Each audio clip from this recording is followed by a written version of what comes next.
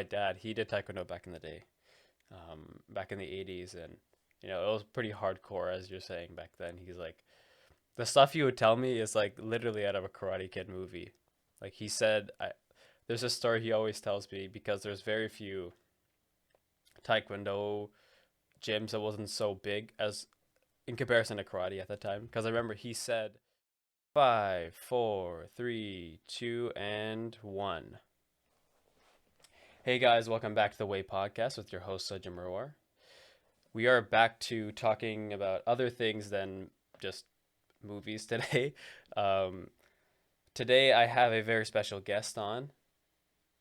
I refer to him as Coach Jose, and he was or still is a jiu-jitsu instructor at the Trinity Health Collective, and um, we don't really know each other very well. I knew him because he was there training with Krunik with his own school, and I always thought he was very interesting from what I heard from other trainers and physicians there, and yeah, I thought it'd be great to have a conversation today. So yeah, Coach Jose, thank you for coming on.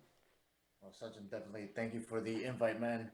It's always a great opportunity to do one of these things. I was telling Sachin before we jumped on that it's actually my first one on an interview kind of vibe. So it's really cool to be here and be honored to just be on your podcast, man. So yeah, my name is Coach Jose Dominguez, and I am the teacher at Fluxo Jiu Jitsu here in Brampton.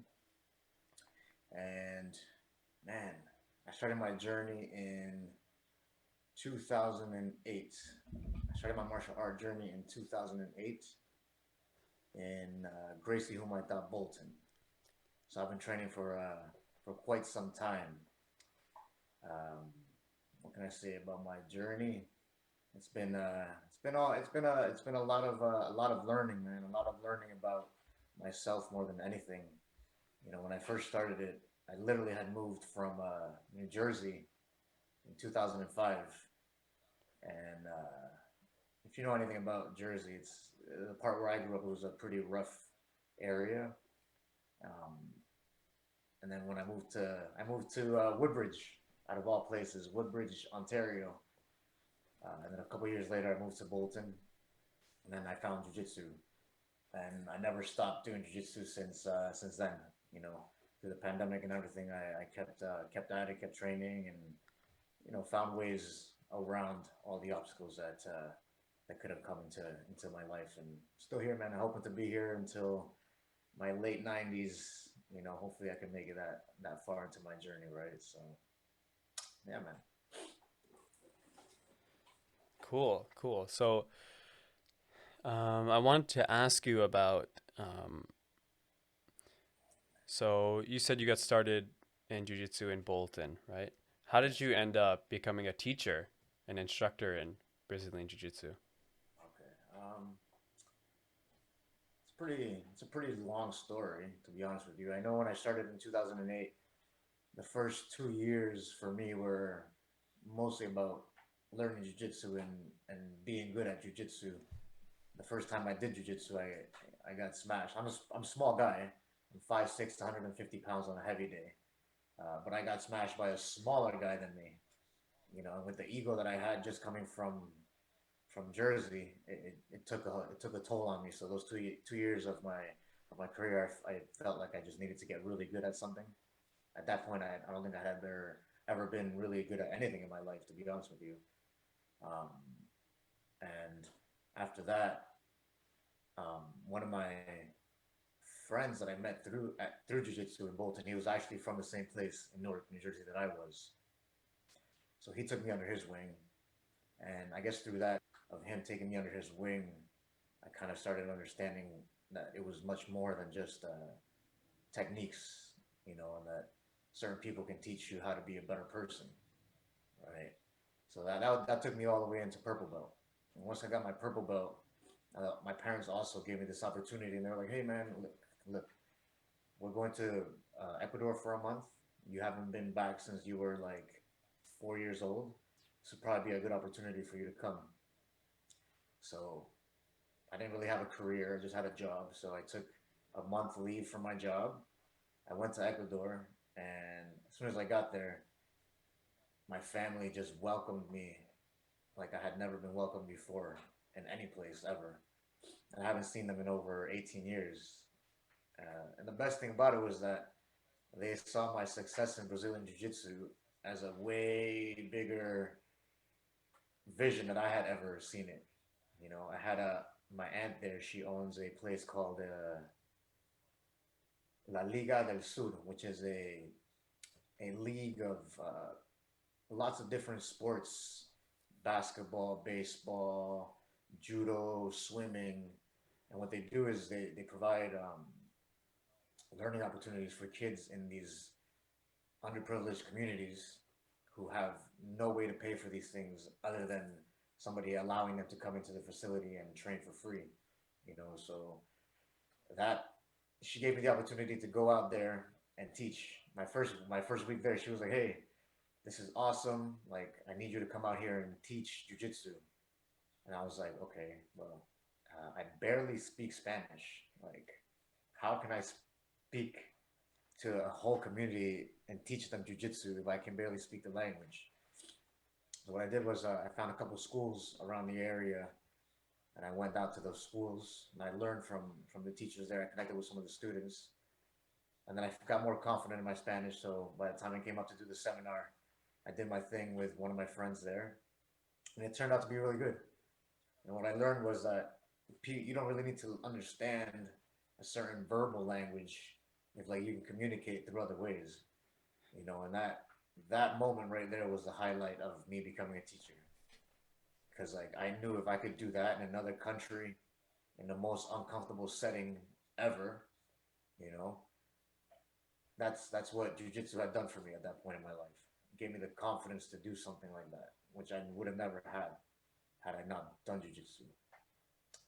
So then I came back a month later, and I just focused on, you know, competing a little bit, training myself even more, and then just focusing on learning from other teachers. One of my teachers, Dave Gonzalez, Paul Abel, and Jason Figliano. I would study them and see how they teach, how they break things down. You know what I mean? And by that time, I've already had like 15, like 12 years of jujitsu under my belt. So I was also able to extract information from the social media age and the media age that's out now, right? You have a lot of people putting out a lot of good instructors putting out good information that I also learn from them, even though they're on the other side of the world and stuff like that, you know. So that totally made me want to become a teacher, you know. Very cool. Very interesting story. Uh, especially it's like the idea of going back somewhere and, really being welcomed by, people you haven't seen in so many years. And then for them to, encourage you towards something that I guess you may not have thought of as such a big deal, as you had thought, living in Canada, just training to get better. Um, and I feel like that feeling you get, it's, it's not always about others' validation, but I feel like in this case, it's not really validation from others. It's more of like a confirmation in yourself that like what I'm doing is like, this is what feels right, Yeah, that's something and valuable like I can give. pushes you forward. Yeah. Yeah, that's really cool, because a lot of people don't have that kind of encouragement, and especially, obviously don't know too much about it. I don't know if you had that kind of encouragement throughout life, but you know, especially when you said you're working what you felt was a job, not really a career. Um, I'm sure it just felt good, Yeah. felt good to hear that from someone. Like I've heard it, you know, you hear it from your parents all the time, right? And but when people that you don't know, you know, even though they were family, I don't know them. I haven't spoken to them in so long, and they're telling you how beautiful this thing is that you're doing, and then telling you how much more you can do with it, and you know, it just gives you that. extra boost of confidence that you need to hear. But I feel like for me, my whole life has been like that. I've always had people that when I start to deviate from my path, like something always comes here and is like, no, no, no, no, come back over here. Like there's always that group of people or that person in my life who's always come back to teach me a lesson and teach me how to come back on the path, even though it's gonna take longer, but the path is never a short path. So Mm-hmm. yeah. Yeah. That totally, every martial artist I talk to that's very serious about their training, um, and making it like a lifelong goal or profession. I always think of this, quote from Miyamoto Musashi in his, I believe it's called Dokodo, which is the path of walking alone. He wrote it as he died, 20 rules for life, I believe. And one of them was, there's a lot of very things that you wouldn't expect like us to follow now, I guess. It's like one of them was never seek good food, which is like very intense, obviously, but he was a very intense man. Um, but one thing that always resonated with me, he had one that said, never stray from the way. And that's really the way, the idea of the way is what started this podcast. The way podcast started from, I read that the Book of Five Rings and that idea of the way, the samurai mentality and never straying from your path, whatever the path may be. Um, but also not straying from your path, learning from other people's paths. And that's what I really wanted to do with this podcast was, how do we better our own journey for self actualization, I guess, by learning from other people, which is why I started this, and um, yeah, I find it so interesting that you hear that idea of, there's distractions left and right as you go through your journey, but there's always, once you found it, an underlying path that you want to go on that is a long path. The path of a martial artist, even if it's not, for example, like for me, it's not my profession or my livelihood, but it's something that it's never will be disconnected from me, right? Um, Right. You started martial art when you and were pretty young yourself, didn't you? yeah, I started when I was 11, 11. Um, yeah, with crew, Nick. I know my parents were totally And no, starting any martial art. sorry? My parents were martial arts at a young age. They were like, no, it's too violent. It's too this. That's how I Yeah. grew up. You know what I mean? My cousin grew. He was always trying to get me in Taekwondo. Back in the day, when it was Hmm. like real Taekwondo, it was coming home bleeding, Yeah, yeah. broken noses and things like that. My parents were like, nope, none of that. So I couldn't do it until I found it on my own. So, Yeah, yeah. Like my dad, the reason why, like my mom, she doesn't like that kind of stuff either, of course. She never grew up doing that kind of stuff. But my dad, he did Taekwondo back in the day, back in the 80s. And, it was pretty hardcore, as you're saying back then. He's like, the stuff he would tell me is like literally out of a Karate Kid movie. Like he said, there's a story he always tells me because there's very few Taekwondo gyms that wasn't so big as in comparison to karate at the time. Because I remember he said the first martial art they trained was karate, and you know, after the 6 months, they already moved up 2 belts, maybe 3 belts, and they were thinking like this is even when they were younger. Like my grandfather was like, what? Like I thought it's supposed to be you have to work hard, and the belt is achieved after working towards this goal for so long, and it just achieved, and you you moved 3 ranks in 6 months. It doesn't make sense, right? Um, and then they switched to uh, Taekwondo. And there's this they trained downtown. This is back in Toronto when it wasn't very nice. I can't remember what street they're on, but I think the gym was ran by I can't remember their name, but he was the coach of the Canadian Taekwondo team for a long time.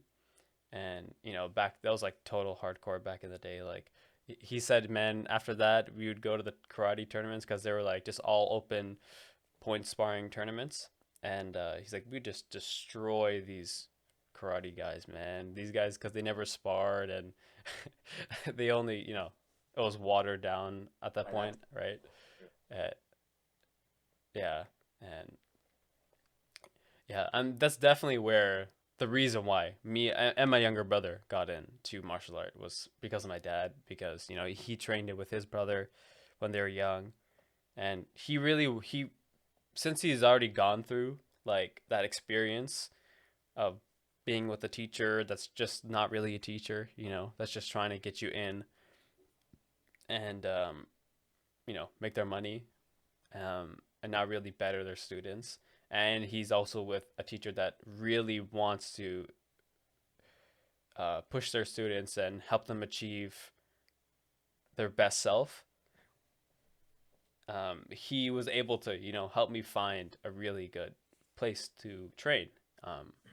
Because we at first we went to a couple different schools, like we did like trial classes at taekwondo schools, and my dad, he's like, this is like a joke, because back in the day it was just all hardcore craziness, and now it's like after school program, pick up your kids in the van, bring 40 kids in a class, and somehow they're supposed to have quality instruction, right? And it's yeah. And then he was researching online, what martial arts should I put my kid in, and he's found Muay Thai, as one of the most effective. I mean, this is very like uh, it's a topic that's discussed all the time in martial arts, like most effective in this setting and that setting, and at the end of the day, everything can be effective. It's just that what is a higher percentage of working, and there's a lot of like I feel like it's people always dismiss martial arts, like when they have modern taekwondo and modern karate, and they dismiss like, oh, it's watered down, it has no purpose. I feel like everything has its purpose, and that's the things real like question, right? What is the purpose? yeah, yeah, That's the real question, not like what's yeah, effective, what's more efficient. What is the purpose? What do you want out hmm of it, right? Like, yeah. Like you can't expect, like if you go to a cardio kickboxing class, you can't expect that you're gonna be able to defend yourself effectively on the street. Like it's all about the purpose, and everything has a reason for it being there, right? And if it's the reason to make money and have, I guess, kids come there after school, like with their friends, that's the purpose of it, I guess. And you know, my dad, he researched that whatever most effective thing. It's kind of funny now, but he found Muay Thai, and um, he was looking for good schools, and I feel like it kind of we kind of got lucky, because there's a lot of like now there's a lot more Muay Thai schools, and I know tons of Jiu-Jitsu schools, and we just I felt like we got like the first school we went to was Brampton Muay Thai, back when they were at their second location by the train tracks. I remember because we would always get stuck there, and I walked in. As a kid, I was always quite shy as a kid. I wouldn't say I was very athletic. I wasn't, I guess, out of shape, but, I was just a regular kid. And, I came in there and I really enjoyed it. Um, Obviously, Krunick is a great teacher.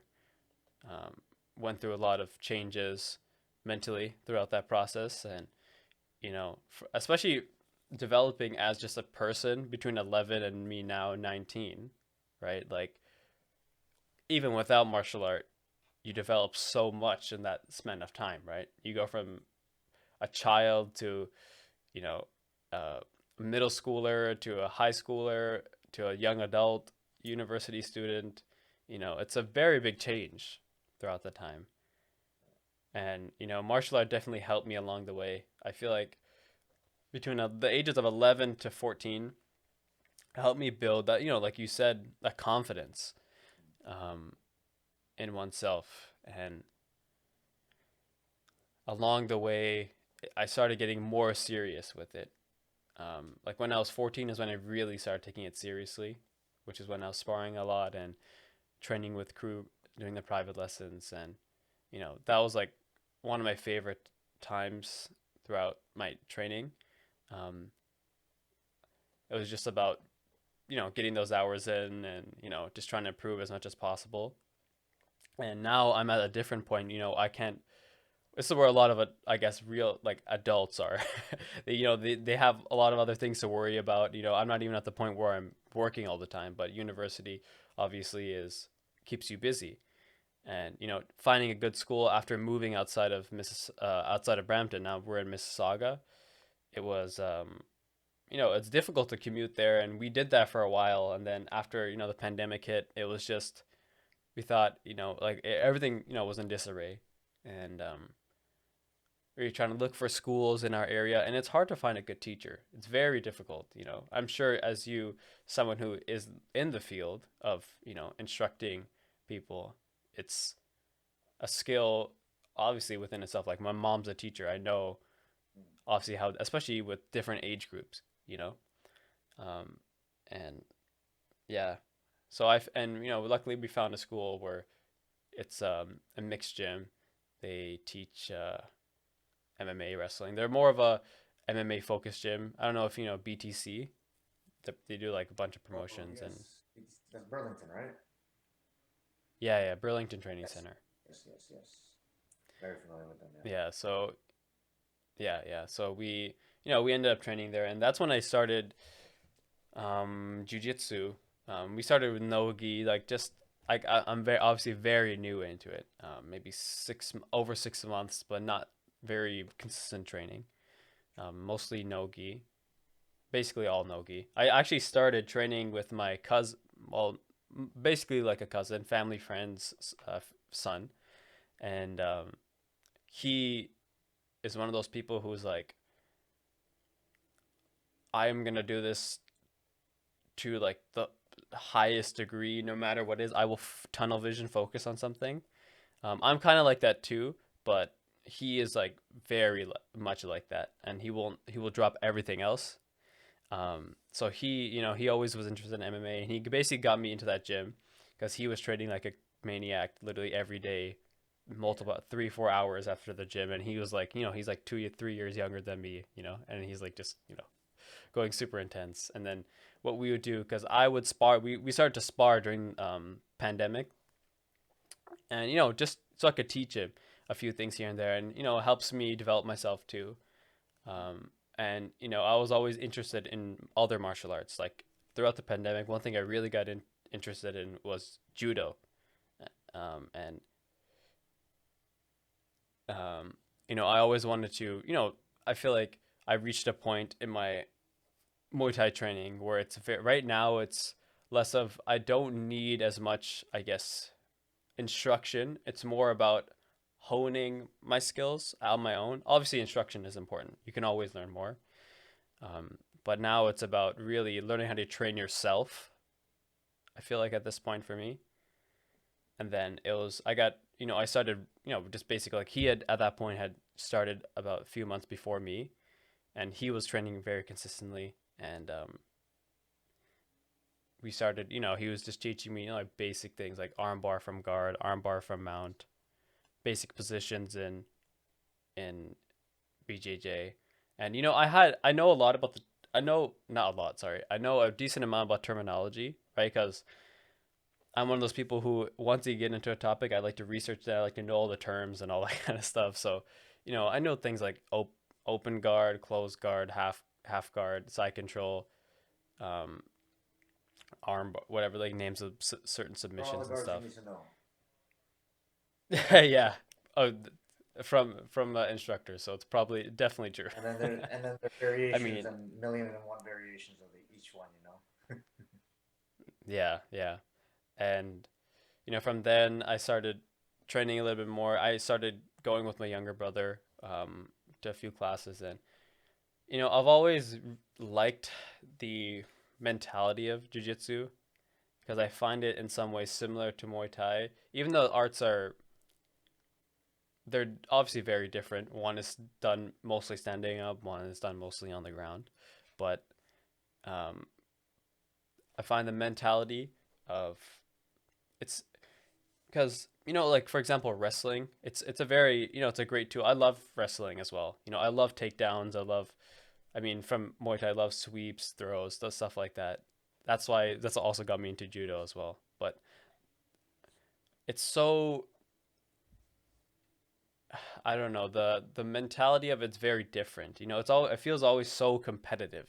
You know, um, and obviously it's about the people you train with, the gym you train at, all this, your own mentality, how you approach things. I'm sure, of course, jujitsu schools can be very competitive, and so can Muay Thai schools, but I feel like the overall philosophy of the art, I mean, I believe it's translated as the gentle art or the gentle way. And, even judo, the gentle way, it seems like such a to uneducated eye, throw the person down, pin them on the ground, or catch him in a submission on the way down or whatever, it seems like barbaric Oh and yeah, for sure. all, yeah. Like I mean, it's a especially, violent. Whether we look at it in a gentle way, it's still a violent martial art. yes, martial art is still violent. You know, I yeah, think the gentleness only comes when we're not like smashing somebody's face in with our knuckles once we got them on the ground. You know what I mean? Maybe now we have the option. Okay, hey, I can break your arm or I can choke you. It's up to you in that moment, right? hmm, Same with Muay Thai, right? There comes a point. I hear Krunick say it all the time. You have options. You can hurt. You can. I don't remember them, but I know you might know them, right? Is it yeah, hurt, kill, or something like that? He says there's three of them. yeah. I think, yeah. First thing he says, I believe he would say this at the beginning of sparring all the time. First one is survive, Five. I believe, and then um, second is to, I believe, has something to do with like compete, and then the third was hurt, fourth was injure, and then the fifth, I think, uh, was kill.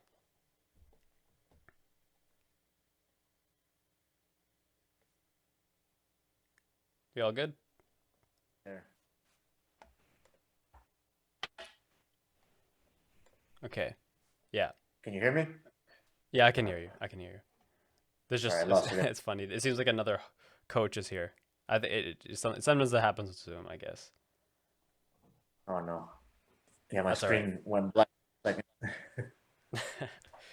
Yeah, yeah, yeah. It happens, especially on Zoom. I've had some of the technical difficulties. I'm sure it's like you've experienced that too. But yeah. Anyway, yeah. So I believe the fifth one was it went survive.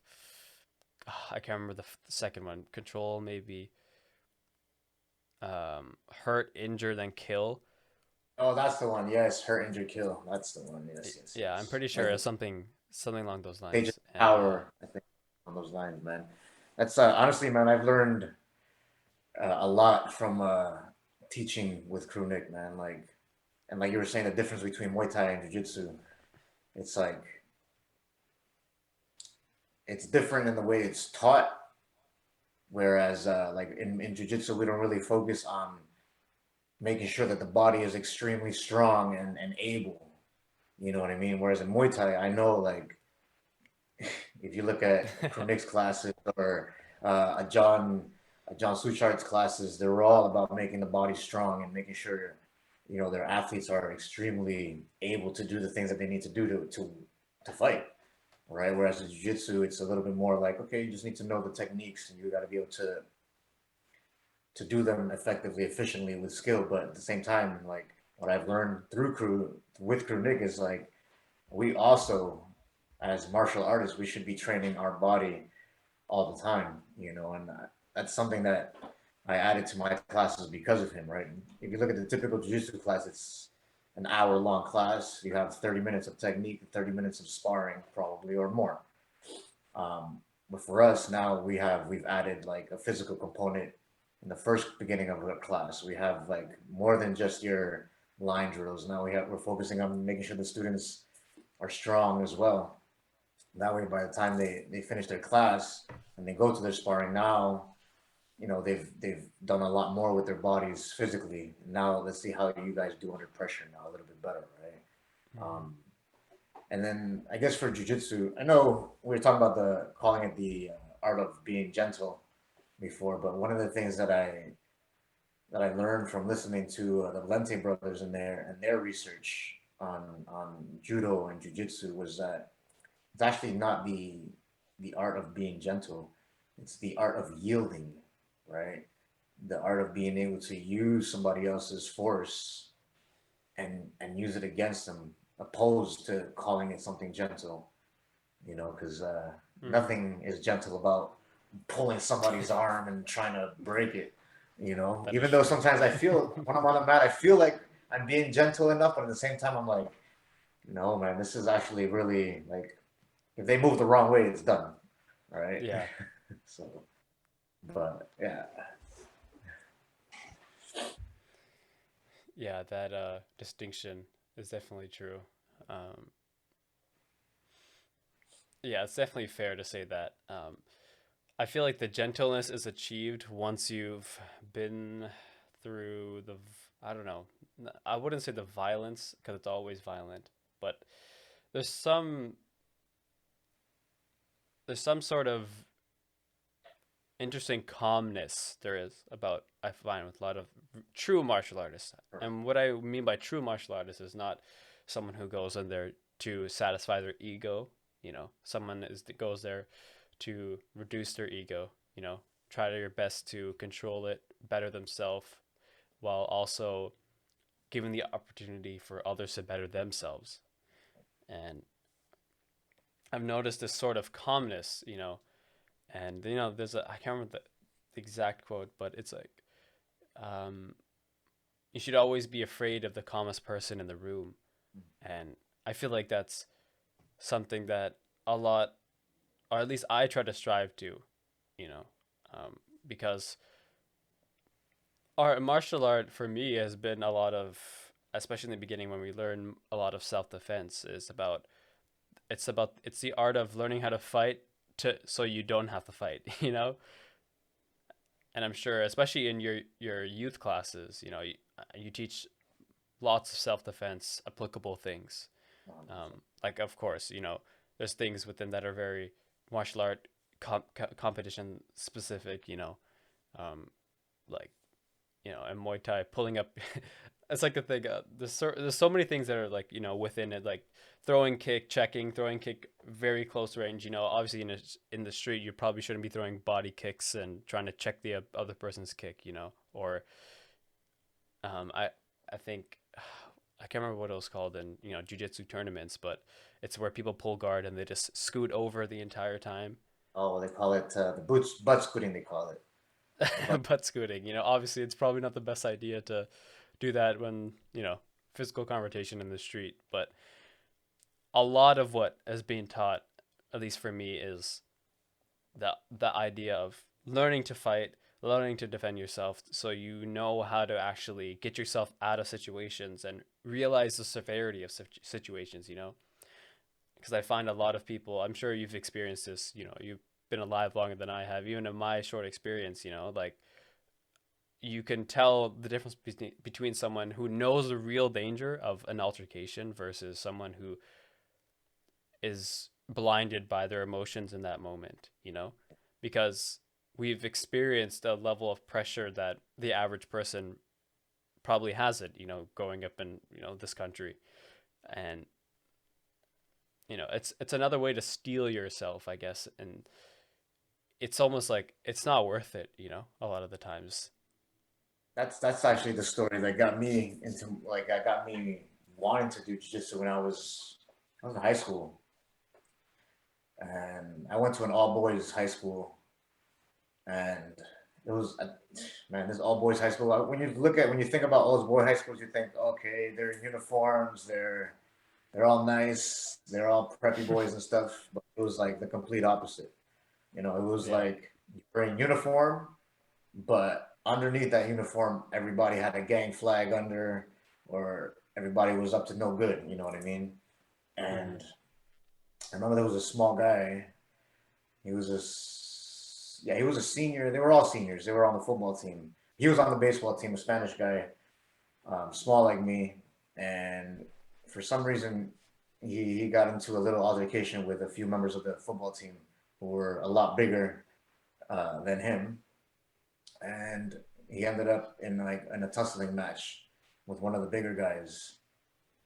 Anyways, I saw this small guy throw this guy over his shoulder and put him in a rear naked choke, and I was like, "Whoa!" This was before I had watched Hoist Gracie and stuff like that, so I was just like blown a bit away by this, man. And I was like, "Okay, I don't know what this is, but I wanted to learn it." But like I said, my parents just never let me learn that Mm-hmm. stuff, so I found it a lot later in life. But man, that just your typical story, man. Like small guy defeats the big guy without too much stress, and he was able to go home on skates, right? So Mm-hmm. that, yeah.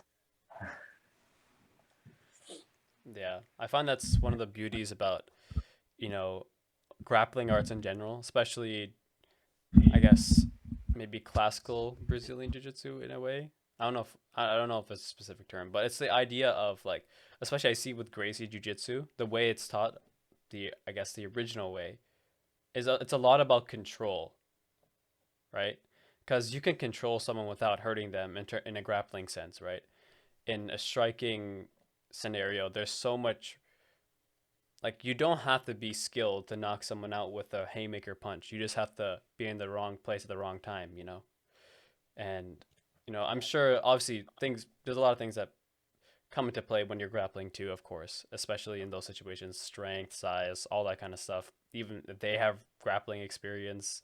But if I think of an effective way to subdue someone without actually, really hurting them, like you have the most choice. I think of jujitsu in that sense. Like if you have someone in a position, a lot of times the person can struggle, but if you have a very dominant position in terms of like a grappling position, like for example, I don't even know, like a triangle, like a mounted triangle, for example, like if you can sink it in and turn the lights off, but in that position, if they don't know what they're doing, it doesn't matter. In a lot of scenarios, it's very difficult for someone who doesn't know what they're doing to get out of it. Versus, if I get into a boxing match with some guy on the street, like I weigh 135 pounds, a guy's 200 pounds. If I don't block it correctly and he catches me on the chin, I could go out no matter what, you know. And that's one thing I always, because as I got more interested in Muay Thai, like really dove deep, the clinch is something that I really started to enjoy. Because it seems on the outside, it seems like the bigger, stronger guy who forces the inside position is always gonna win. If you're not educated in it. But I found, as someone who's smaller than most of my, people who are my height or a bit shorter than me, or even just in general, I'm smaller than most people. Um, Having a better knowledge in the clinch, timing, um, just overall technique, it can give you a different advantage that someone you think that the big strong guy can just force a position, but if you know how to defend it or a counter to it or your own sort of technique um, to go on the offensive, it can turn the tide a lot. And like I even like you see these tiny like the average weight in Thailand is like 50 pounds less than it is in Canada or the States. And like you see these guys go over to Thailand getting ragdolled by these like 15-year-old guys. They're just they weigh so much less, and you see the impact of technique. Like, of course, weight plays a factor in anything. There's a reason why there's weight classes, but when there's such a big gap in technique, it can really close it for people. That's one thing I always admired about grappling arts in that sense.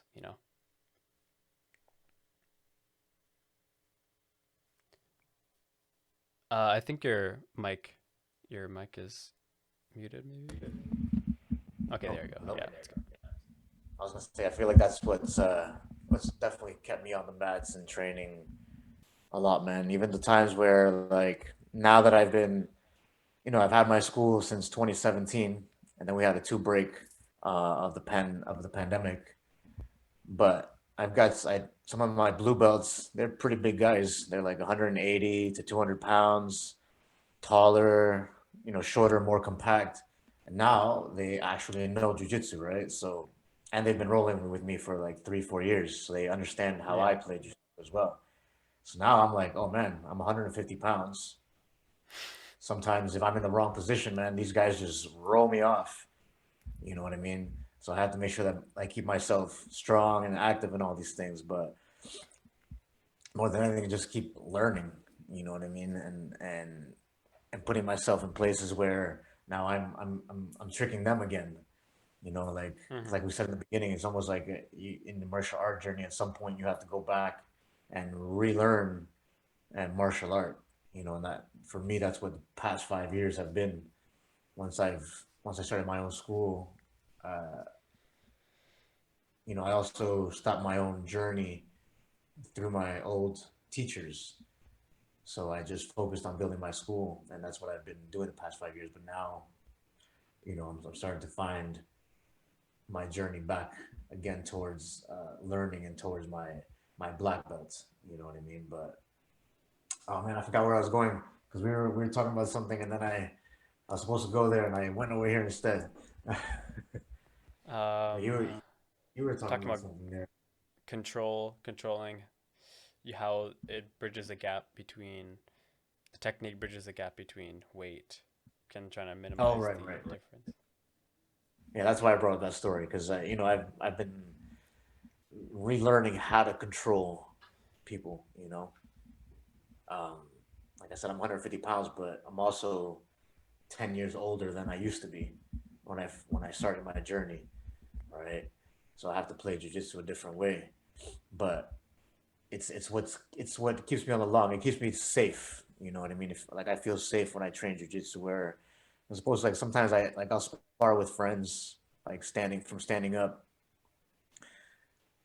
and if I get hit the wrong way, I know that I'm not training. You know what I mean? That for me, one of the things that keeps me away from training striking arts is my elbows. Hmm. If I take too much pressure on my elbow going this way, holding pads or anything, my elbow gets jacked up for like 2 weeks. Oh, I Whereas see. training jujitsu, I can minimize the injuries by just putting myself in survival positions and then just waiting for the right time for me to just explode, get out, and get to a better position. Whereas in like other martial arts, I may not have that opportunity. You know what I mean? And I think that's probably the reason that jiu-jitsu is becoming so much more popular because it's something that people can do into like their old age, and they don't Hmm. have to worry about too much injury or too much impact on the body. You know? Yeah.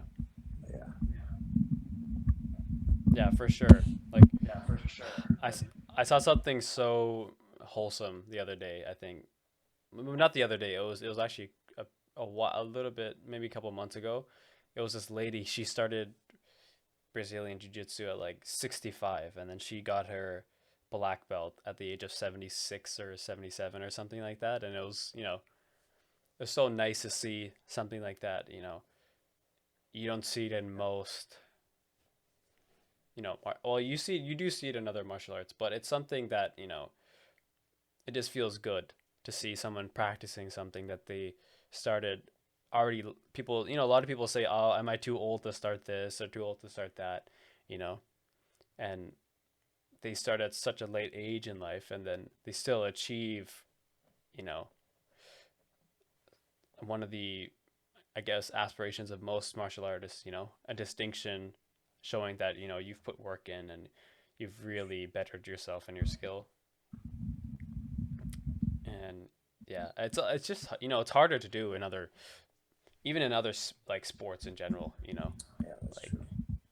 man, one thing I think I feel like there's a lot of people who maybe it's just immaturity when it comes to like training. They think like you always have to be in that mentality of how you trained when you were younger, like go hard, always intense, but that's very short-term thinking. Like how you were saying, as you got older, you have to adjust yourself if you want to continue for the rest of your life. And I'm sure as I get older, I'm going to have to, I can't be sparring the way I am. I can't be going hard every once in a while. I'd probably be going as light, mostly like I usually go light anyway, but being in a different mindset. And you always listen to these old karate masters in Okinawa and how they keep training for 70 plus years. And he's like, I just, he's like, you have to adjust it. It's like, I don't do the moves 100% power because I don't want to throw my knee out, my back out, all these things. I want to just continue to better myself by adjusting my training along the way. And then I find that's just even with personal fitness in general, like Oh yeah.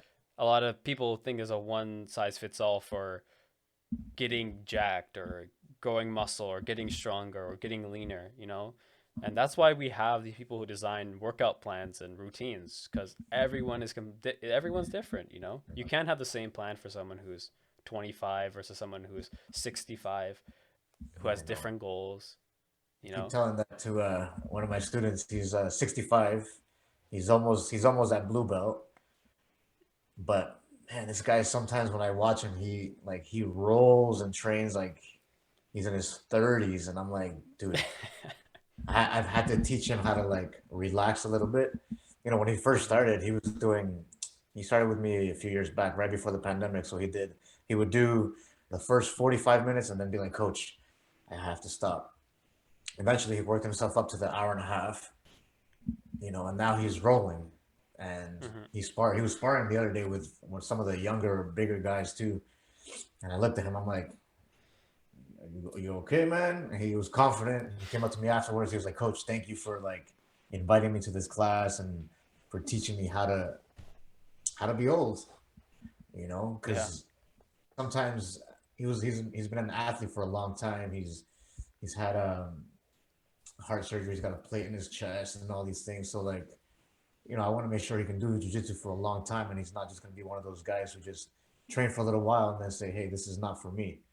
Because hmm I fully believe that jujitsu is for everybody. You have to find the right school. You have to find the right training environment, the right teacher to help guide you along the way, just like with anything else in life, right? So yeah, yeah, that's something I hopefully we'll try to continue.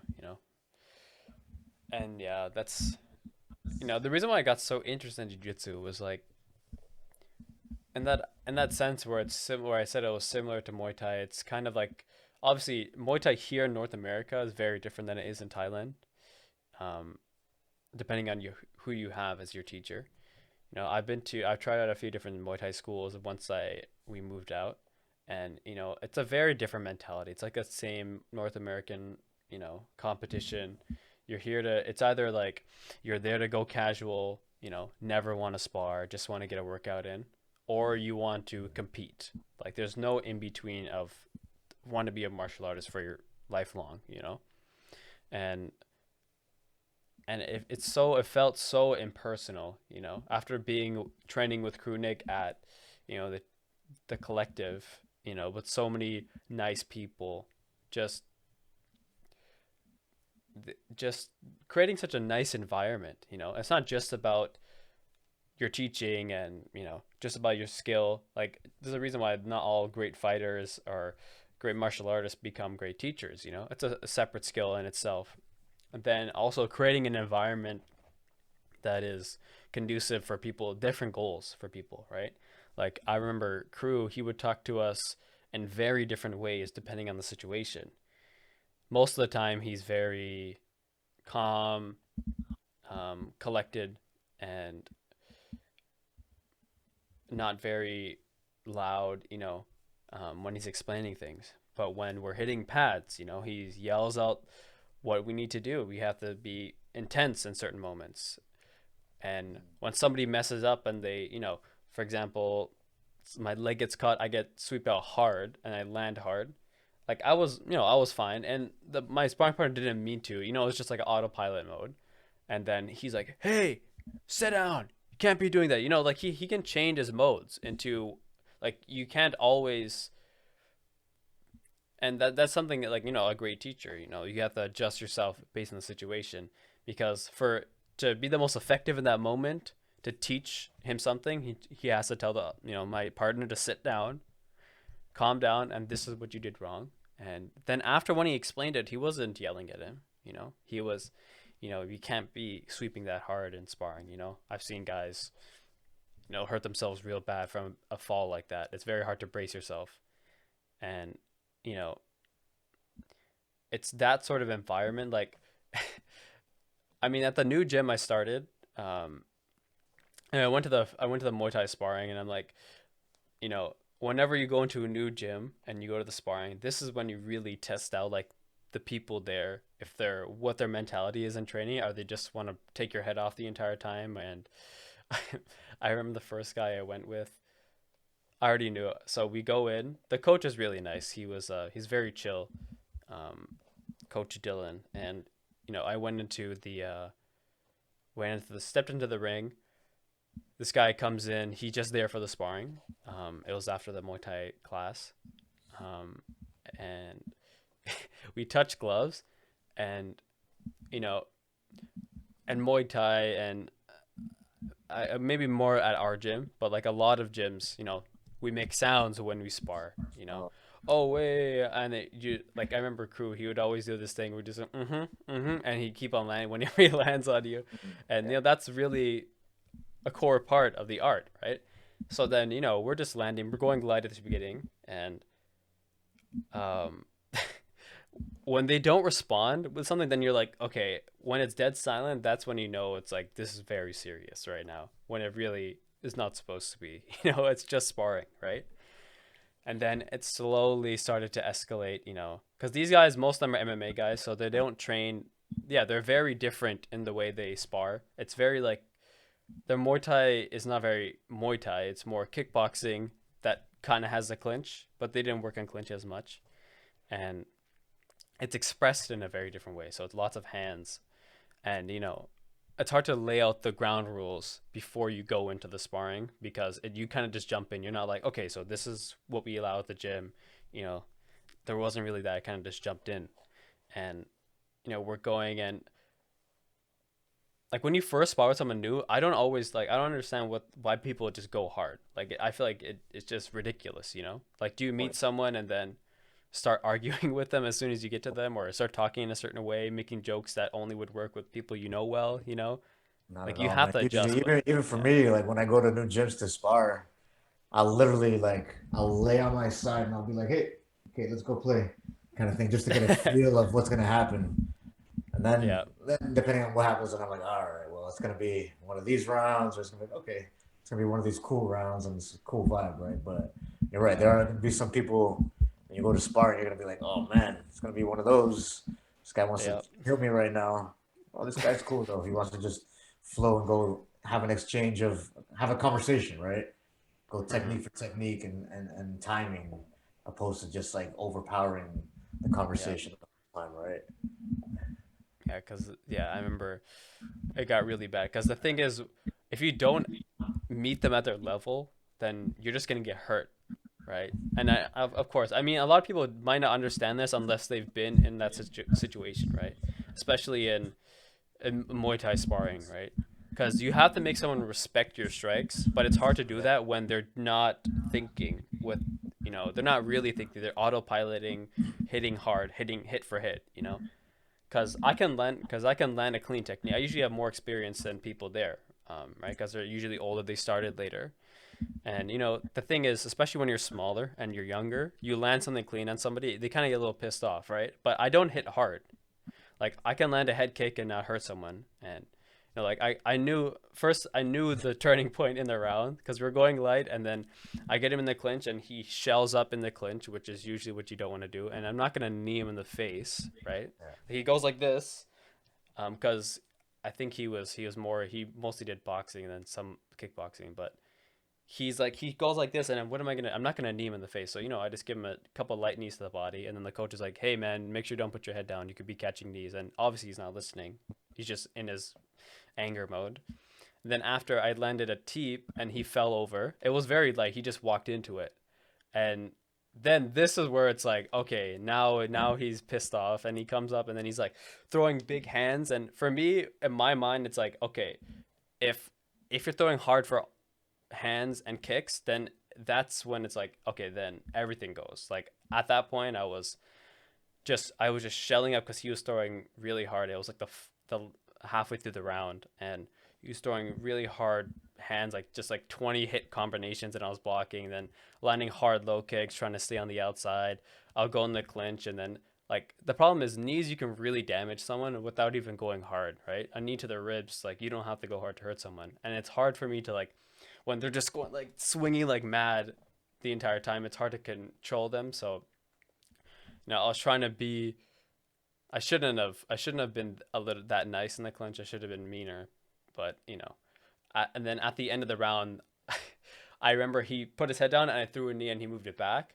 So then at the end of the round, I did a flying knee to his body, but I know how to land it, right? Like without hurting him. And then he threw a huge overhand, clipped me, and I was like, I had like a nice big shiner right here, and it was like at the end of the round. And then, after the round, usually people are like, they come out of their I'm gonna punch everything state, and we're like, we dapped it up, and then the coach there is like, hey, you probably shouldn't be throwing flying you probably shouldn't be throwing flying knees without knee pads and stuff like that. And like, yeah, I know, it just, how it gets, because he was a professional fighter too, and he's like, yeah, I know how it gets in sparring sometimes. But yeah, that was like the only one of those kinds. Everyone else was very like, we're gonna go at whatever level you want to go at, and I remember that was the funny. It was just the first time I was there, and then I'll never forget. Like that was my first experience there. But every other sparring partner, was like, "You want to go light? We'll go light." So yeah, it was. Every time I went to Muay Thai sparring, I ended up in the just getting into the clinch. That was my goal. Just like, Yeah, all right, of course, yeah. well, As a doing Muay Thai, grappler. but I still got to remember what my strength is. So I'm like, so yes, I'm gonna spar, I'm gonna kick and do all these things, but I'm getting in the clinch and Hmm. a body clinch too. I know I'm all right. Yeah, If body I can lock, get take him there, down. I'll separate, and I'm like, all right, we're good. But Yeah, for yeah, sure. I Like, miss Muay Thai. yeah, I think we sparred like a couple. I don't know, maybe a couple sessions. I think we sparred together. It was good. Remember you threw a cartwheel kick at me, which was pretty sick. Yeah, I got in trouble for those, man. Yeah, you know. Too much Thai crew Nick would be like, yo, man, not here, bro. He's like, yeah, yeah. That's one thing that I really liked, like, especially because I feel like the clinch is very outside of the Muay Thai community. Like especially the MMA community, they think of the Muay Thai clinch as just this, double collar ties behind the head, and it's like obviously it's much more than that. It's just you don't see it as much, right? There's people just think of like Muay Thai is such a multitude of throws because limitation also creates innovation, right? In Muay Thai, for a long time, you couldn't sweep with the inside of your instep, right? You can sleep with only the top, either your shin or the top of your foot. That was back in like the 80s or 90s. So you saw a lot of throws being done with the knee, tons of throws, and the clinch looked very different versus back then. And then in the early 2000s, they brought back the foot sweeps. So that's what everyone thinks about when they think of Muay Thai sweeps. They can catching the kick, sweeping the foot out in the clinch. Like for example, like a sasai. That's what I think of. Like judo, learning about judo is good because I actually have name for these techniques now. So like basically like a sasai and like a dayashi, right? Those are like the two that you would think of. But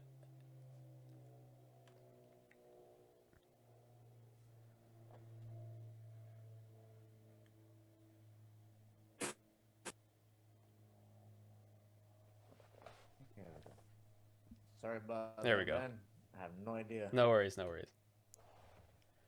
Yeah, so what was I I think saying? I have Yeah. to. So like you people usually think about those two, right? The sasai, the pinning, and then the sweeping, sweeping the foot to the side. But really, there's a lot of body luck throws that you don't hear about because they're not as common anymore, right? Back in the day, that's what was allowed. For example, like even like the front suplex was allowed. It still is allowed, but you just don't see it as much, right? There's a variation of the sasai, which is instead of doing it with the foot, you do with the knee, and you raise them up and you turn them over, you Oh know. yeah, yeah. Or there's a knee bump on the inside of the knee, and then you turn around, um, kind of like almost like a uchimata, but you don't turn your hip over. It's just your knee in the middle, right? There's so many different throws involved with that, and then one thing that I really liked about grappling was I got to do those throws. You know, the problem is when I get to the ground, I'm like, okay, this is where I need help. But the thing is, when I was rolling with my cousin, he also the thing is, I would get the takedown most of the time. We would start standing up. I would get the takedown most of the time because obviously he just has less experience in general. He has more experience in BJJ, but they didn't teach in his classes. They weren't teaching as many takedowns, right? They're mostly working from already grounded positions, and so I was able to be in mount most of the time or side control. And I remember I think that I don't know what the name is for this choke. I remember I was in mount and I kind of just improvised because I was like, I don't know what to do from here. I literally have no idea. So I got my hand behind his neck like this, and because he was bringing his head forward, and then I brought my hand across like that. I don't know if there's a name for that choke, but it's kind of like I almost did like I don't know what it was. It definitely only worked because he was had much less experience than me, or For we sure. both No, had very little experience. Yeah, but it was basically like this, and I just leaned forward, and then I got the tap, and I was like, "What?" It was the one of the only taps I've ever gotten, um, when rolling. the But basic DPO joke there. Ezekiel, yeah, yeah, DPO Ezekiel. I joke. think, and there's a variation, right, where you use your fist. I There think. is. I call it the painful variation. Yeah, probably. Yeah, A fist choke and variation, throats. and there's a force variation. You know. Yeah, not very nice for your partner. But yeah, I found that in my development as a practicer of BJJ, like I should probably let him work on his takedowns and I get taken down and work from my guard.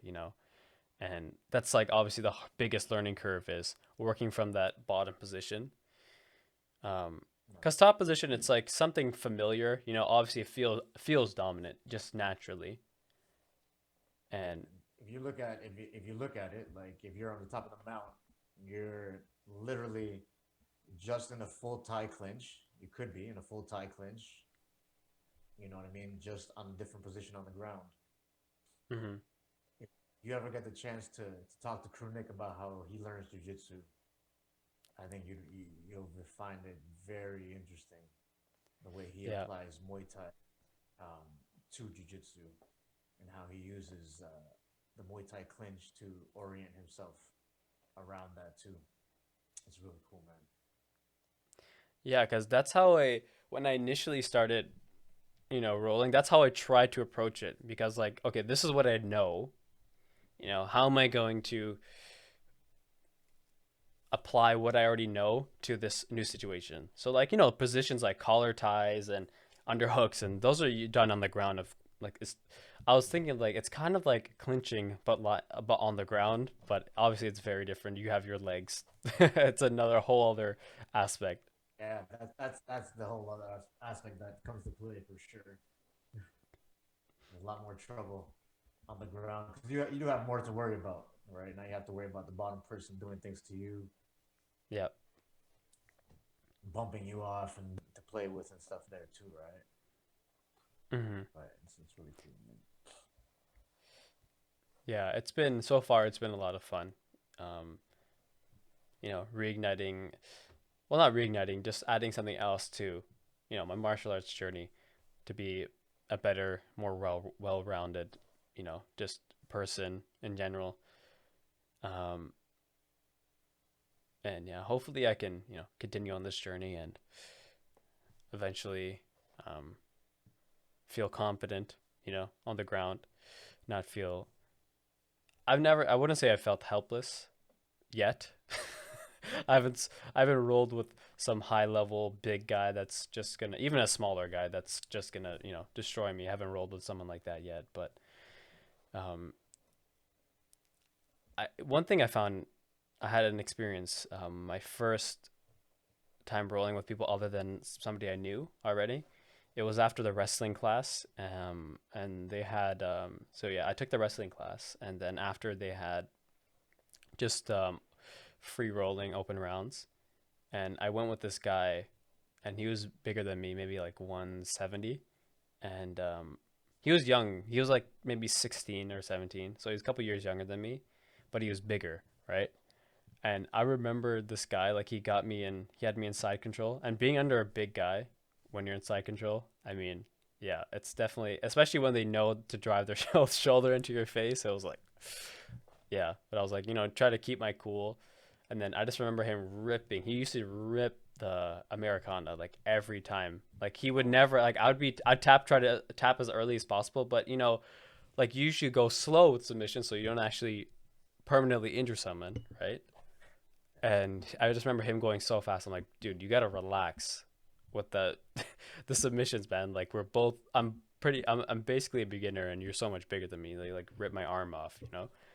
And I just remember in that moment, it was totally like a battle of egos too on my part as well, because I kind of just want to stand up. My clinch was better than him, right, standing up, because he would just shoot for takedowns, and I knew how to sprawl, so I was okay in that sense. But I was like, whoa, there goes my camera. Yeah, so I was just, my goal was kind of like, I'm just gonna try to take him down as many times as possible. I don't know what to do after that, but I feel like I'm not gonna yeah, progress too well against this guy. He's not really giving me an opportunity to do so. But yeah, it was good in a sense. It was a good experience. Like this is what I don't want my rolling sessions to be like. All the Yeah, time. no, it's true. No, no, no. You don't really. That's what I tell all my peoples too, all my students, the little kids, and everything. Like when we first start rolling, you can't just stop the person from doing things, right? So that's why, like, a lot of times, I don't even free roll. We don't even free roll anymore. We have like we'll do positional rounds, and students just work on whatever we worked on in that week or that month or in that class specifically. So that way, both students get to play in that position. You know what I mean? So that nobody's either they each have a goal, right? One of them is to not stop the other, but stress them out while allowing them to work the position and get to where they need to go. And then the other person is now learning what it feels like to get some tension, some off balancing here and there, and then we just pick it up, every round. So that way, by the time the rolling comes, then they're all tired and focused on the task at hand, and they know how to apply it and how to deny it at the same time, right? Hmm. So, Yeah, that's definitely a good way to structure it. Um, as someone being on the receiving end of it, not obviously not instructing, but it feels like I remember crew would say when we would start sparring, we obviously wouldn't go full freestyle rounds. We would start out one person throwing this, one person throwing that. Now, okay, offense, defense, because you have to know what it feels like to land and know what it feels like to receive it. true. Yeah, and I feel like that's the same idea because we would do positional rounds in like just the regular beginner class for jujitsu, and there wasn't much free rolling because obviously it's a big class of like 20 people, so it's a lot of risk.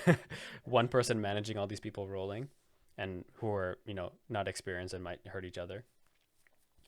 But yeah, it's definitely been, I find, a good way to develop yourself. Because usually, if I was sparring, for example, with someone I had better takedowns than, you know, I probably wouldn't be in that position of being on bottom as often as I probably should be to actually develop myself. And this basically forces me to be in a position where I should get better. How do I get out of being in somebody's side control? how do I move from half guard to full guard, and yeah, it's definitely a learning curve, but I enjoy it. Enjoy the challenge of learning something new. So yeah.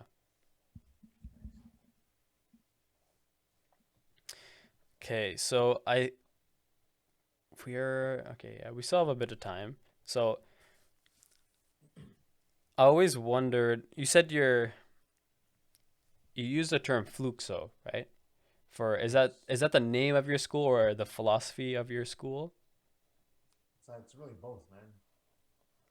Fluxo is a Portuguese word that means to flow, right? And for me, jiu-jitsu, before students learn how to roll, which I was just mentioning, I feel like they need to learn how to flow a little bit.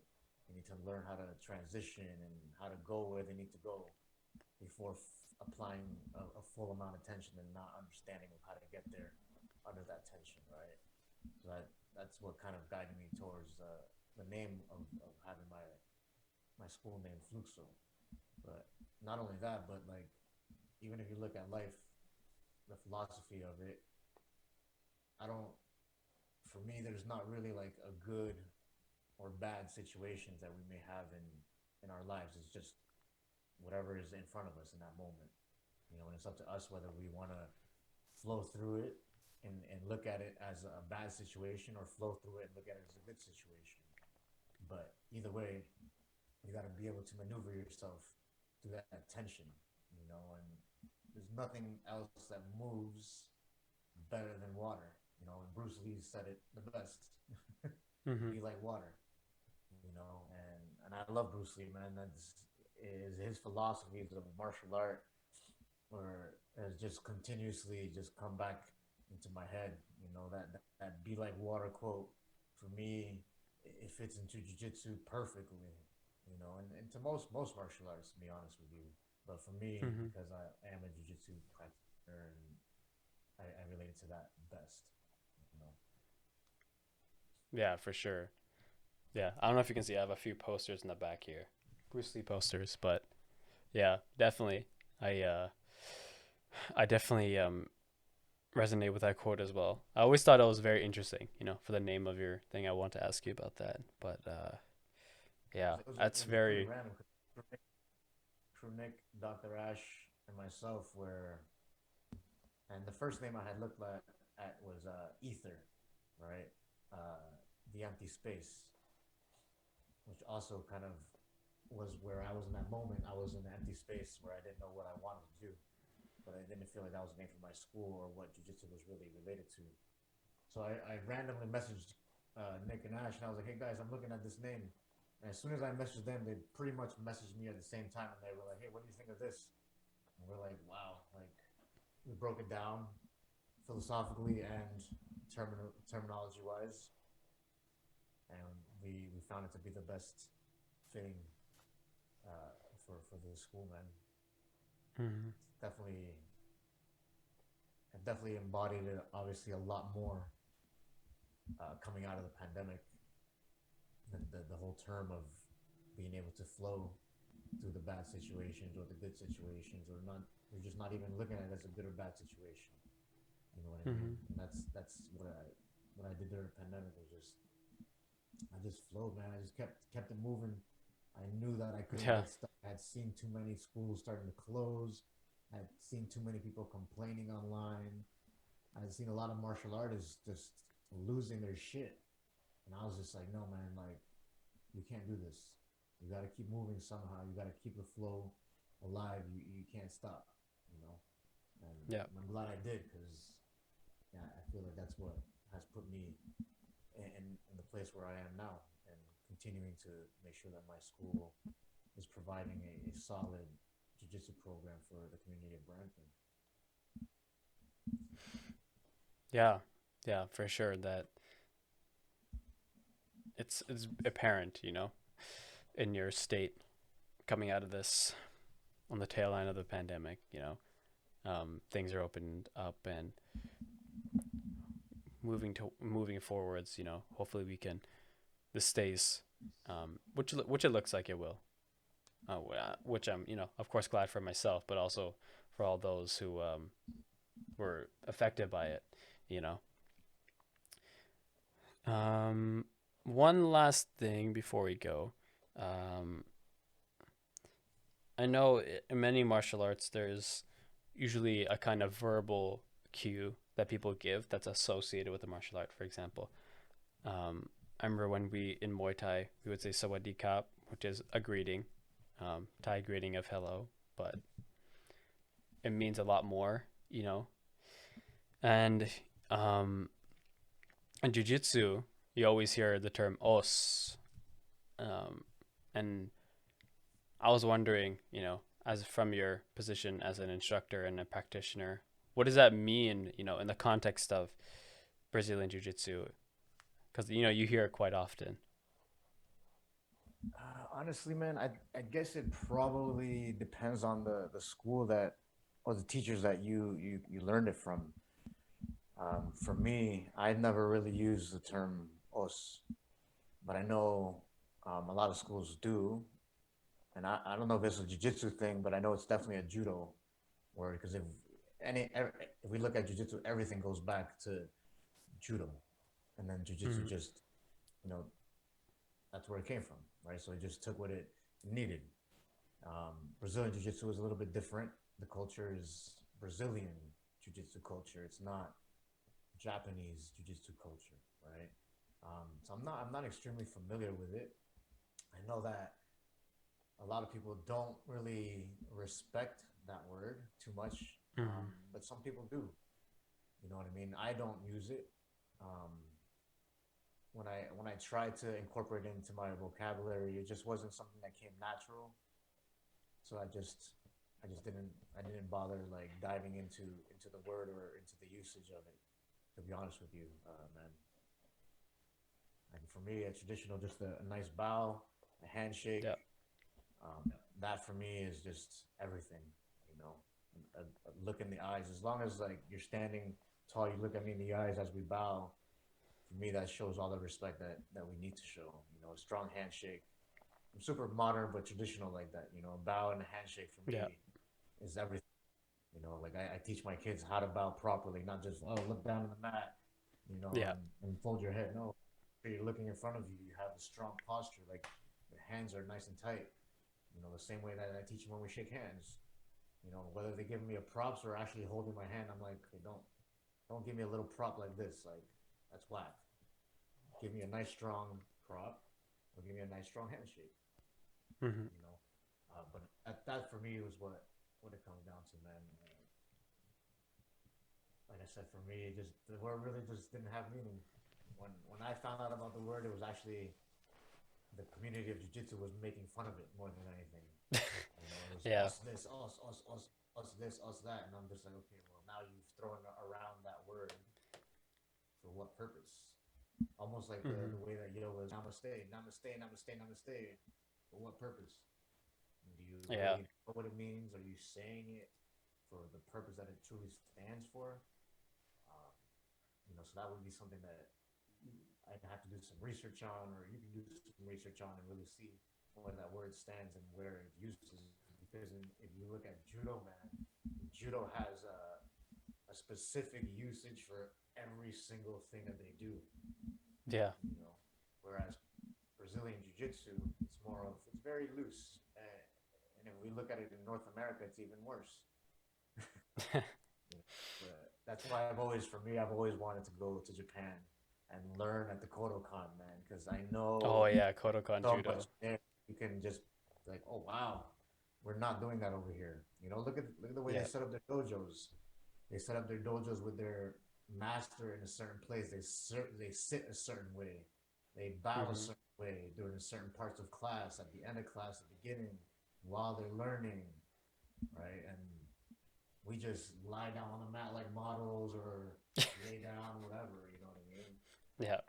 And that's the one thing that I'm trying to keep alive. I don't know judo much, but I do know tradition, and that's one thing that I've been diving down these past few years is like, how do I keep a modern, timeless? How do I keep a traditional art modern? You know what Mm-hmm. I mean? And Sometimes you have to take away those things that you said, like we said in the beginning, just don't fit into a modern age, Yeah. and plug them in somehow, right? Like there's a lot of stuff that Musashi says that probably doesn't relate. Same thing from the Art of War, right? Like, Yeah. Yeah. oh, deceive your enemy, but like, why would we want to deceive anybody nowadays, right? We don't have Yeah. enemies It's like to I like deceive, this guy. you know. So it's like, oh man, I don't want to deceive this guy. But if we look at it in a martial art, then it makes sense, right? We have to deceive our opponent to get to the submission, right? But if we look at it in a life concept now, it's like, okay, why am I trying to lie to people and deceive them if they're not really trying to hurt me, right? Or whatever it may be. Hmm. But yeah, Yeah. That's so very it's very true because I listen to I don't know if you know Shintaro Higashi on YouTube. no, no. Yeah, he's a judo I guess he's a YouTuber, but he doesn't really claim to be a YouTuber. He posts a lot of instructional videos, but he also has a podcast called the Shintaro Higashi Show, and that's where I've learned a lot about the intricacies of like judo culture. They had a whole episode on it, and it was very interesting because obviously judo culture is going to be tied in with Japanese culture, and I know how you're saying you want to keep that tradition alive within a modern art, right? And and I feel like in some ways, of course it's fine. Things have to adapt to the different um, cultures, right? If an art is brought, like for example, Brazilian jiu-jitsu in Brazil, obviously jiu-jitsu in Brazil is going to have a different culture than jiu-jitsu or judo in Japan. And there's certain things that wouldn't make sense here. Like for example, the senpai kohai thing in Japan is very like it's in every facet of society. You know, the younger always does everything for the older person, and the older person is always valued over like time is valued over everything. And I remember him Shintaro Higashi. I'm probably misquoting a little bit, but he's basically saying like he would train there in the summertime. He's from New York as well, but he would train there in the summertime. Um, he would go to Kodokan and he would see this like senpai call, oh, don't worry, I'll get my kohais to wash all their gis. It'll be nicely folded for you when you come in. And it's like this whole culture of like the older person is always superior in this sense, this hierarchy. And it's alive within judo a lot. It's like you get the really experienced guy with the younger people, and eventually, okay, maybe I'll be like him if I do all these sorts of things. And that's a lot very prevalent within the judo culture apparently in Japan. And obviously that's something you probably won't want to. It's not in North American society like that. But it Um, is in North America though. If we really look at it, True, in a different form. like, because when I look at it, I kind of look at it like you're saying, it's a different culture, right? So in Japan, it's still done out of respect and out of passion, out of love for the art. But if we look at how things happen in North America, it's more like a hazing process that people go through of like, Yeah, okay, we're gonna make this person do that shit just because we can, right? yeah, that is Um, true. but that's what I mean about like keeping like that tradition of like that respect and honesty that is almost starting to go out of the way, even just from speaking to you about your sparring experience. You know what I mean? It's Yeah, like, damn, man, like it's sad that people have to go through that, you know, yeah. learn the hard way. But yeah, Sometimes that's how it is, right? I guess. yeah. Okay, so I think that's gonna do it for our episode today. Um, Thank you for coming on, Coach. It was really nice talking to you. Get some more perspective on jiu-jitsu, Brazilian jiu-jitsu as an art, and just you as a person. Um, if people want to check out your classes or your instruction, where can they find you? Oh well, if you guys want to check out my school, you can check out the website at fluxobjj.com. That's FLUXOBJJ.com. Or you can just go to the Instagram. It's a lot more lively. And go to Fluxo Jiu Jitsu. Uh, yeah, at Fluxo Jiu-Jitsu. That's the handle on Instagram there. So yeah, you guys are, if you're ever in Brampton, you ever want to experience Fluxo and what it means to flow and experience some traditional self-defense, have fun at the same time, come on, man. Everybody has fun. Everybody has a good time. Nobody leaves hurt, but definitely leaves happy. So Hmm. I encourage you guys to. And if you've never tried jujitsu, if you're on the fence about it, find a school, get to it. If you've ever tried martial art and you listen to this podcast, go try it, man. Go try it. There's so many Yeah, good people out there nowadays teaching that there's no reason that should hold you back anymore, man. So yeah, but Sajjan, thank you for having me on the podcast, man. I hope thank you for that in coming the on. future we can have a conversation again. I definitely feel like I can do this a little bit more. So thank you for pulling me out of my For shell as sure. well, man. No worries, coach. Thank you for coming on once again. And yeah, so if you guys enjoyed this episode, give it a like, save it on Spotify, tell your friends about it, and if you want to follow us on Instagram, we have Instagram at the dot way podcast. We also have a website that'll be linked in the description. Um, I usually post a weekly blog post about the episode. There should be one about this one by the time this goes up. And yeah, if you enjoy conversations like this, talking about martial arts, life, casual experiences, yeah, continue to listen. So thanks for listening, guys, once again, and we'll see you guys next time. All right, so Thank you. Thank you.